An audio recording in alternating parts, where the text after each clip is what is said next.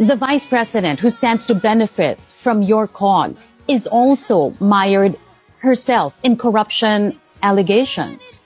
How does that reconcile with your anti-corruption advocacy? As a media practitioner, alam kong alam mo na walang ini-issue at clear na ng Commission on Audit ang Office of the Vice President kung ang pinatutukuyan mo ay yung paggamit ng intelligence funds. At walang nakabinbin na anumang kaso or impeachment laban sa pangalawang Pangulo. So yung iyong sinasabi na meron siyang issue ng korupsyon, yan ay gawa-gawa. Nakikita naman natin nung makakaliwang grupo na ayaw nang makabalik ang tatak Duterte na serbisyo. But hindi siguro tayo matatapos dito kahit maghapon tayo sa iyong programa.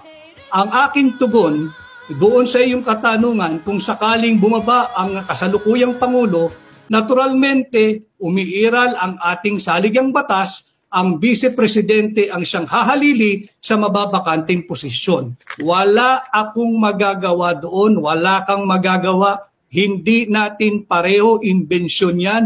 Iyan ay nakasulat, nakagarantya at nakaukit sa ating 1987 Constitution.